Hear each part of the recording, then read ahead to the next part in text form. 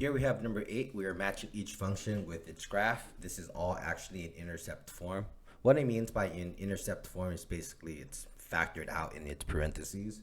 So imagine this being equal to actually the number 0. If you set each equation and solve, you get the value here of x is equal to -5 and x is equal to -3. The only graph that has those values will give you its solution.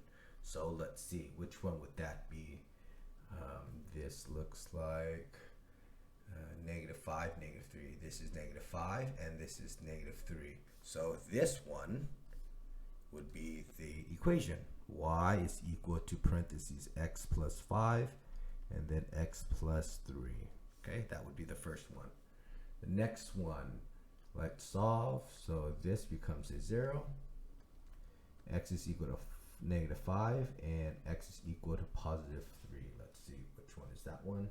This looks like it is a +3, and this also looks like it is, let's see, 2, 4, 6, 8, 2, 4, 5. So this looks like it's -5.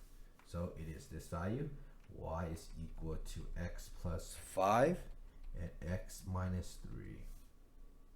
Next, the third one, we make it equal to 0. X is equal to 5 and x is equal to -3. Let's see which one's 5 and -3.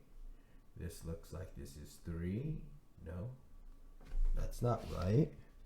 We want a -3. Which one has a -3? 2, 4, nope. 1, 2, 3. Oh, that looks like -3. And that looks like a 3. No, that's not right. That's not what I'm looking for. Am I doing this right? +5 and a -3. Correct. +5 and -3. Oh, it's this one. 2, 4, 5, 2, and in the middle would be -3. So it would be this one. Y is equal to x minus 5 and x plus 3. This one right here, we set it equal to 0. X is equal to 5 and x is equal to 3. So 3 and 5. So it would be this one. Y is equal to x minus 5 and x minus 3. This one, 0 equals to x plus 5 and x minus 5. So x is equal to -5 and x is equal to +5. Let's see. Oh, right here, that looks like it's a 5. This looks like it is a -5.